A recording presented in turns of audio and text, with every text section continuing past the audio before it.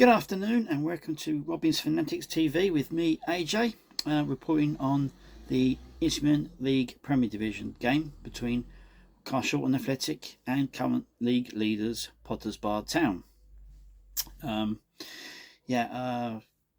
As I'll start with team changes. We made two team changes from the victory over Billericay last Monday. Ollie Cook came in for Arthur Lee, who picked up a knock in that game.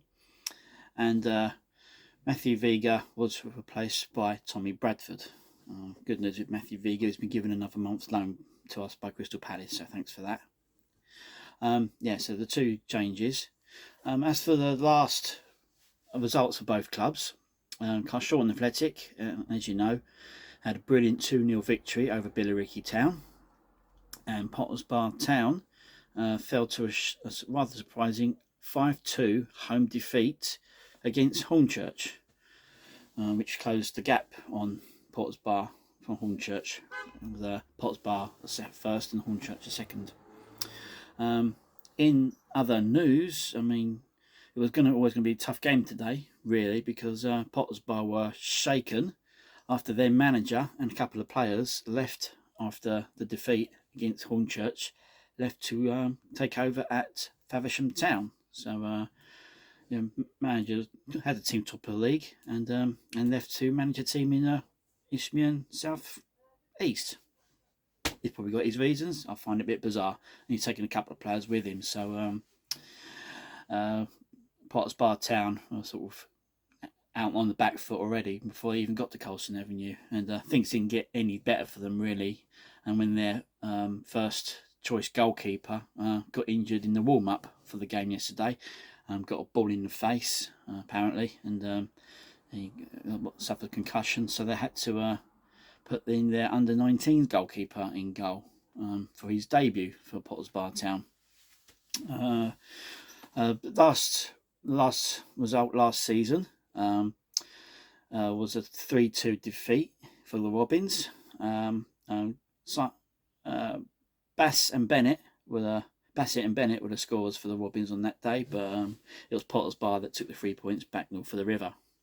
As I was saying, as far as the league table stands, Potters Bar were top, and Carshalton Athletic were sitting in 6th place.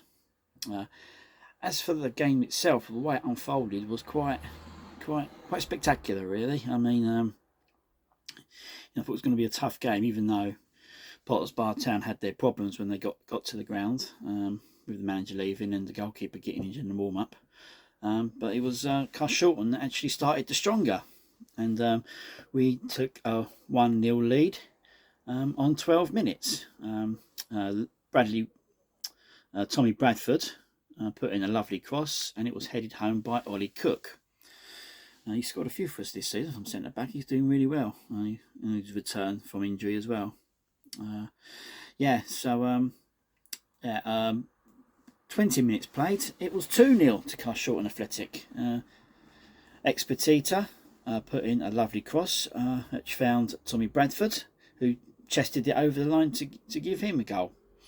Tommy Bradford is having a very strong game so far, and it was just getting better for him as well. Just before half time, Robins made it 3-0 against the league leaders. Again, Tommy Bradford was involved. He put in a lovely pass, and it was slotted home by Femi Akinwande on 44 minutes. So half-time came, and the Carshalton had the 3-0 lead against the league leaders, which, put in a really good performance. I mean, the young goalkeeper did all right. I mean, he wasn't at fault. I think his defence kind of let him down a little bit, but he did okay in the first half. That was half-time. Second time, it sort of to and fro a little bit, but Carshalton came through in the end. But of course, the Carshalton way, we had a little wobble. But before I get to that, on 57 minutes, Femi Akinwande fired home again, set up by Tommy Bradford, having an absolutely storming game in the Robin shirt on Saturday. So that made it 4-0. So I don't know. After that, we sort of took a foot off the pedal a little bit. I thought we could carry on going for it, but Potters Bar Town pulled one back on 61 minutes to make it 4-1, and Nick Dembele fired home to give them something from the game. And then after 75 minutes, Quinton Monville scored a header to make it 4-2. And that's, again, Carshalton having a little wobble, as we always seem to have. But I think we'd had enough in the bag to just get over it, really. And yeah, so the scoring didn't finish there either. Just right near the end, the Robins got a penalty after Fenry Akinwande was pulled down in the penalty box. He was through on goal, so Adam Martin got a red card, so they were down to 10 men. Femi, obviously on a hat-trick, took control and stood up for the penalty, and he fired it home past the young goalkeeper, totally sending him the wrong way, to make the score 5-2 and to get back his hat-trick.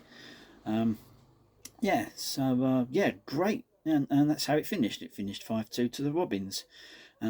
So yeah, I mean, personally, man of the match for me, I would say, was probably Tommy Bradford. I think on any other day he would got it, because he was in hand for life. He had a hand in 3 of the 5 goals. He set up 2 and scored one himself. And I thought Tommy Bradford had an absolutely fantastic game for the Robins on Saturday. Obviously, Femi got the hat trick, so he got the plaudits for man of the match. But it's deserved. But personally, I thought Tommy Bradford should have had it for his work rate. Yeah, so yeah, we sent them home with their second 5-2 defeat of the week. Obviously, they got beaten 5-2 at home to Hornchurch last Saturday as well. So I think the manager leaving them has really sort of started them on a downward spiral. So with that result, as far as the league table stands, Pottles Bar were toppled by Hornchurch, who won Saturday, and went to the top of the league, and got a strong feeling that they're probably not going to let that slip for the rest of the season. I think Potters Bar, unfortunately, I think they seem to be on a bit of a downward spiral, which is a shame for them, really, because they've had such a fantastic start to the season, and they're usually sort of mid-table or just below mid-table, but they're a fantastic start to the season. But the manager leaving like that was a bit of a shock. I don't know the details. I'm not a Potters Bar fan. We was all quite shocked to find out that he'd left after the defeat last week at Hornchurch. I think your team's top of the league, and you want to stay there and try and push on for the rest of the season. So and taking a couple of players with him, it shows an ambition for the players as well. If you want to leave a team that's top of the league to play for a team that's mid-table or in the league below, doesn't show much ambition. So feels a bit sorry for Potters Bar. I think they've been a bit done over there, but they've had a good enough start to the season. They'll still have a good season, I think. So yeah, and as for Carshalton, we moved up 1 place to 5th, which is the last playoff spot. So I would have thought that about 2 months ago. It's still pretty tight, but yeah. Going on about Carshalton, though, I'll tell you what, the improvement is finally, it seems to be finally knitting together now. The team and under Steve McKim. I know it always was going to take a bit of time, but now we've gone really good and won the form teams of the Isthmian League as well. So yeah, and we're starting to score goals now. We still have the odd wobble. We conceded 2 yesterday, but luckily we were so far ahead it didn't really affect us too badly. But the improvement from the squad over the past 2 months has just been phenomenal. I mean, we had that little run of 1-0 victories, and we sort of, it's been good. I mean, sometimes we kind of deserve to be in 5th place, especially after recent form. I mean, it's good, and I hope we can keep it going. I mean, we've got quite a small squad compared to other teams in the league, but the improvement, especially over the last month or so, has just been incredible. And credit to Steve McKim, his coaching staff and the team for finally sort of looking like they're getting it together. So long may that continue. Let's hope we can sort of continue, because we've got a really busy period coming up, sort of in December. We've got quite a few games coming up, so hopefully we can keep the momentum going and get a couple of players back from injury, and just sort of keep on pushing. So yeah, absolutely delighted. I mean, I didn't expect us. I know Potter's had their problems, but I didn't expect us to put 5 past them, and that was very pleasing. You know, and it was a really good performance, and absolutely delighted with that. So yeah, hopefully we can continue that in that vein and really push on now for the rest of the season. Right, so next up for the Robins is a trip to Wingate and Finchley next Saturday, and I won't be at that one. I'm busy, unfortunately. But after that, we got a home game against Lewis on the Monday night, which is always going to be a tough game. Lewis, even though they're sort of at the wrong end of the table in their view, they're still going to be a tough game for us. And then we follow it up with Brighton Sea Regent away the following Saturday, which I'm also going to miss. Sorry about that. I seem to be sort of really busy at the moment. So, but yeah, that's it from me. But there will be a couple of vlogs from other games coming up soon. I think I might do one. I'm going to watch Kingstonian v Lewis on Wednesday at Imperial Field, so I'll probably do a vlog from that one. And yeah, so but yeah, I'm going to wrap this up now. Great performance from the Robins, really good win, especially putting 5 goals against the league leaders as they were then. We just hope we can push on and keep going with the results. But yeah, that's it from me, AJ. Oh, well, just before I finish, I have been a bit sneaky actually. I have actually got the penalty that we scored, the 5th for his hat trick. I will put that on afterwards. So yeah, secret.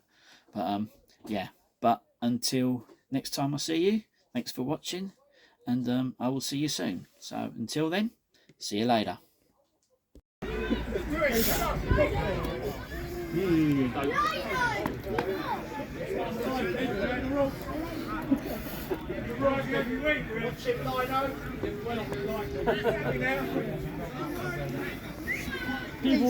Yep, we got it. Okay, Riff, let's go with it. Keep your shit. Yes! Fanny! Yes!